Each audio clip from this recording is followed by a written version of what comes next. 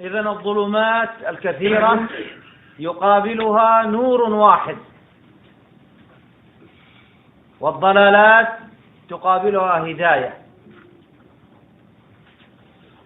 والضلالات تقابلها هداية. ولهذا من لزم هذا النور كان على الصراط المستقيم. قال الله جل وعلا عن رسوله صلى الله عليه وآله وسلم: وإنك لتهدي إلى صراط مستقيم. هذا هو النور. فلزوم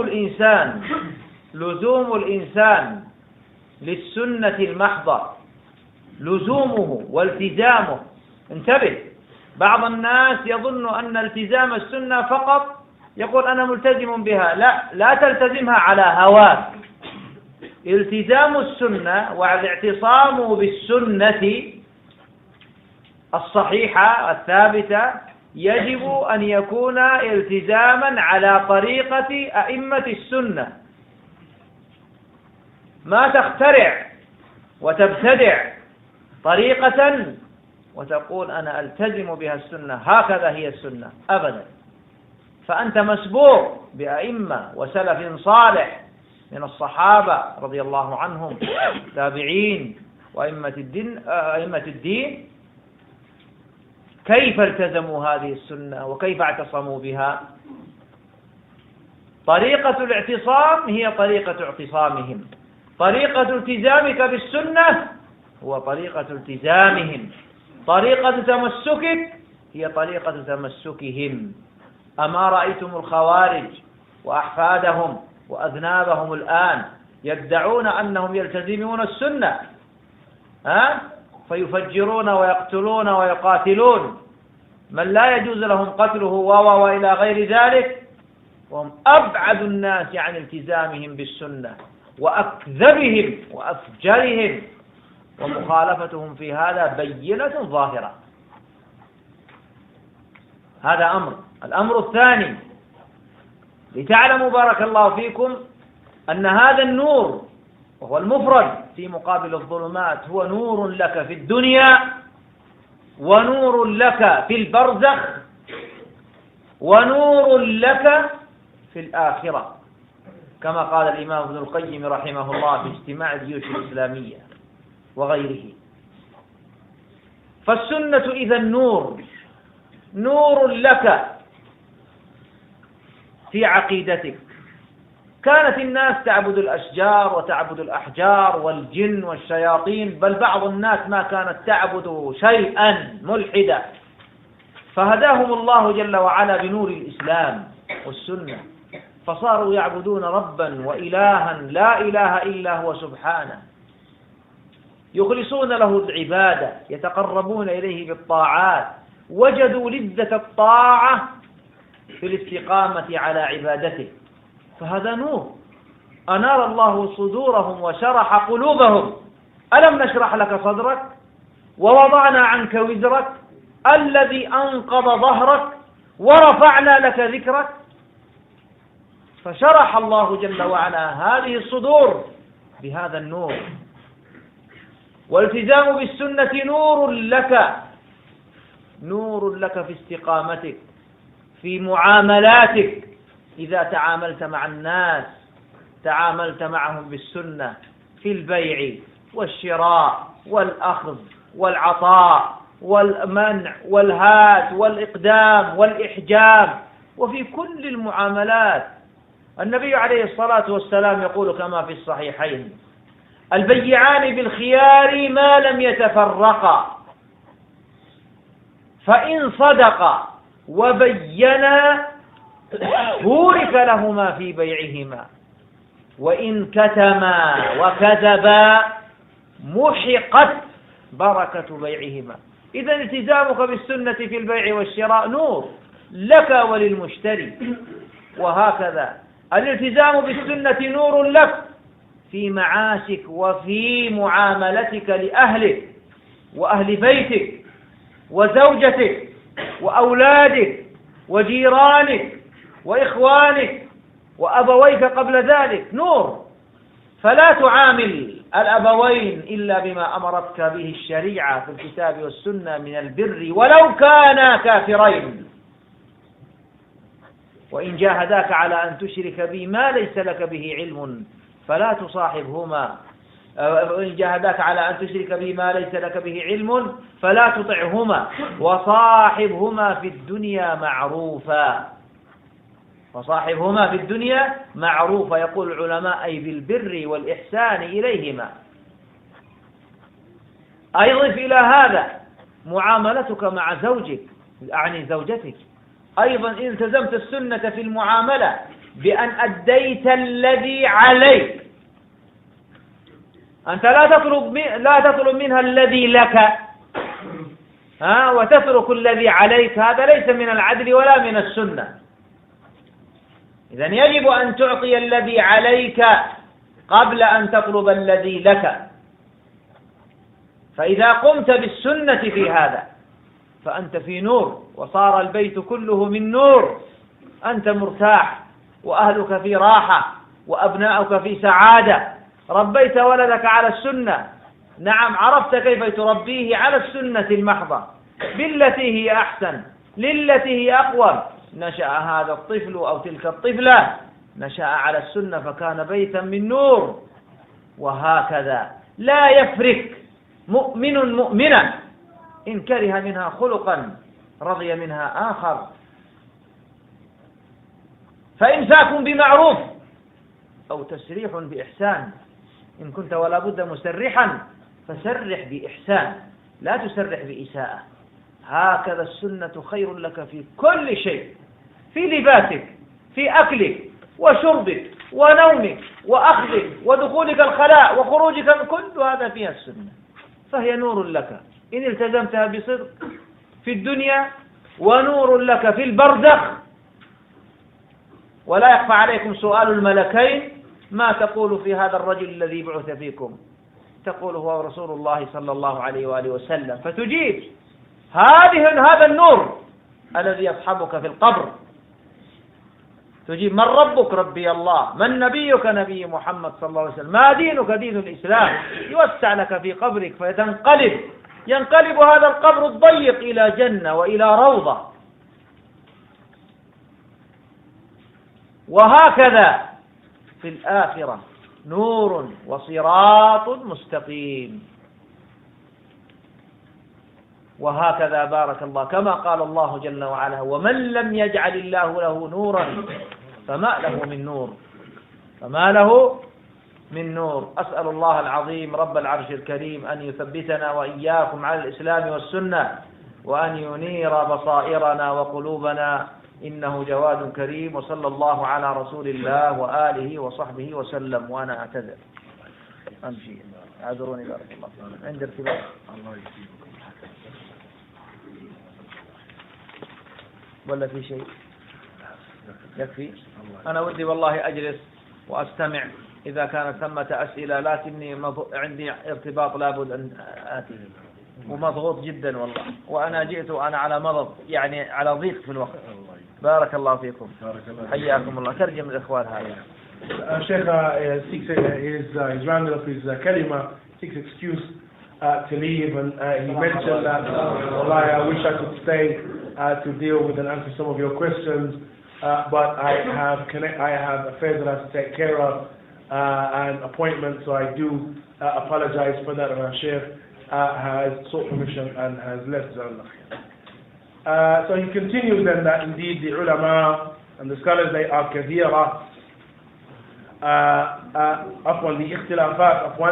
The ikhtilafat al-kathira, those plentiful forms, those many forms of ikhtilafat, they are in opposition to this one nur. And these many forms of dhulumat and darkness, they are in opposition to this one nur and this one light that Allah Azza wa Jal has made mention of in the Quran. He mentioned that verily this khilaf then and this darkness, these dalalat and these forms of misguidance are in opposition to, or are in contrast to, guidance and to hidayah. And so on that basis it is a must that one clings to this one nur, and to this one light.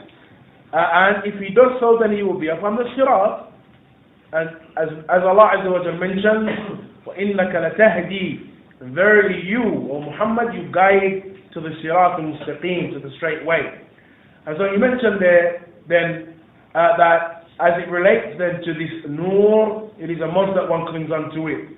And it is not clinging onto it in the manner in which you feel, or in accordance with your desires. No, that this nur, this light, has been, or in terms of following it, we have been preceded by ai-Imma. There are imams that have preceded us in following it, and it is upon their way, and in their manner, that we follow that nur, and that we remain upon it, and that we cling to it. And so we looked at how did they cling to the sunnah. What was their way and their method of iltizam, and of clinging to that, and that is how we cling to it. If you look at the Khawarij and how they opposed the ai-Imma, the people of knowledge at their time, to the extent that it led them to killing and taking the lives of innocent individuals. And they no doubt were from the most distant of the people, from iltizam and clinging to the sunnah of the Messenger sallallahu alaihi wasallam. That is one thing. Another thing is that you should know that this singular nur, this singular light, is not just light in the hereafter, but it is light in the dunya, light in one's grave, and light in the hereafter. And so this affair then is something that gathers for that individual nur throughout the whole of his life. Nur throughout the whole of his life. And when you look at those individuals who worship the ashjar, worship trees and rocks and other than that, and then they were guided to worshipping Allah Azza wa Jalla, they found ladha and they found pleasure in worshipping Allah subhanahu wa ta'ala, and they found pleasure in this nur and this light that Allah Azza wa Jalla has placed within their sudur. Allah Azza wa Jalla mentioned, Alam nashrah laka sadrak, did we not expand for you your breast, and we removed from you the burden that was upon you, and we raised for you your mention. And so Allah Azza wa Jalla mentioned, فَإِنَّ مَعَ الْعُسْرِ يُسْرًا, then verily know that with hardship there is ease. With hardship there is ease. And then Allah Azza wa Jalla continues. And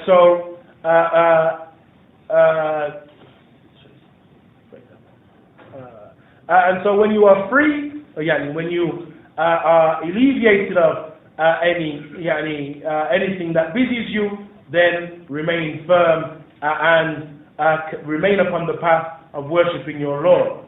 And so when Allah Azza wa Jalla then has guided us to this path of following nur in all of our affairs, following nur and this light in every single affair from the affairs of our deen and our dunya, clinging to that sunnah which is light for you when you deal with individuals, light for you when you deal with your family, light for you in buying and selling and transactions. As far as it relates to buying and selling, the Shaykh, he mentioned the hadith that occurs in the Sahihain, statement of the Messenger sallallahu alaihi wasallam, al-bay'an bil-khiyar ma lam yatafarraqa, that the two individuals who enter into a transaction of buying and selling, then they have the right of option as long as they do not part company. And then the Messenger sallallahu alaihi wasallam, he said, فَإِن صَدَقَا وَبَيَّنَا بُورِكَ لَهُمَا فِي بَيْعِهِمَا. If they are truthful and they make the affairs clear to each other about the transaction, بُورِكَ لَهُمَا فِي بَيْعِهِمَا, then they will have barakah in terms of their bay' and in terms of their transaction. وَإِن كَذَبَا وَكَتَمَا مُهِكَتْ بَرَكَةُ بَيْعِهِمَا. But if they lie and if they conceal what is within the transaction, then the barakah and the blessing of their transaction will be removed.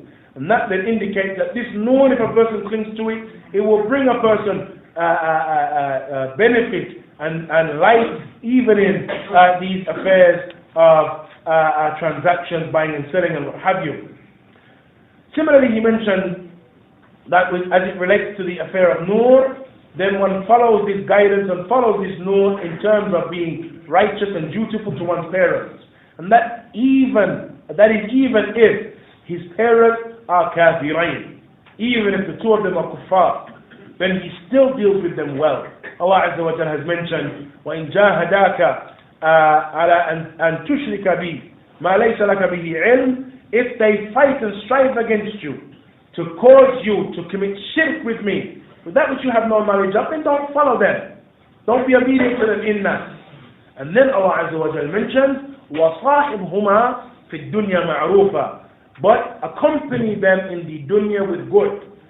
That is, remain steadfast upon being obedient to them and dealing with them well.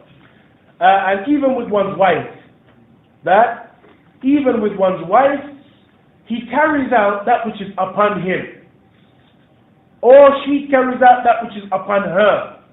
And that is, that one looks towards what is upon you, not what is due to you. Constantly we look towards what is due to us. Rather, the nazra and the view should be towards what is upon you. What should I be doing? And if all individuals carry out and deal with their marital transaction or marital relations in that manner, let me carry out what is upon me, not just look at what is due to me, but let me carry out what is upon me, and they nurture their children in that type of environment, then the house will be a house of nur. The children will be nurtured upon this nur, and this affair, ikhwan, will be present within their household. The Messenger sallallahu alaihi wasallam, he said that a believer should not dislike a female believer, in reference here to a man and his wife. If he dislikes one character of hers, he will like another.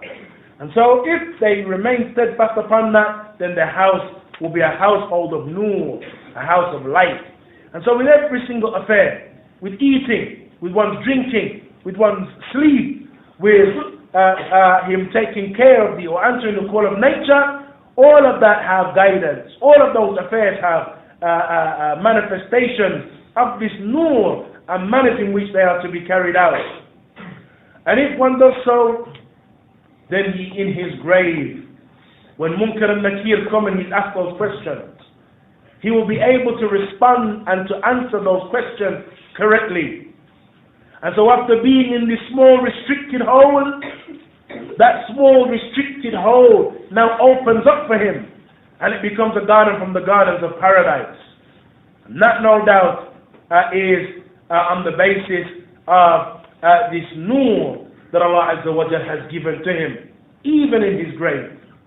And then he mentioned the statement of Allah Azza wa Jalla, whomsoever Allah Azza wa Jalla does not give him nur, then he will not have or will not be the possessor of nur. And on that note, he rounded up his kalima. وجزاكم الله خيرا. صلى الله وسلم وبارك على نبينا محمد وآخر دعوانا أن الحمد لله رب العالمين.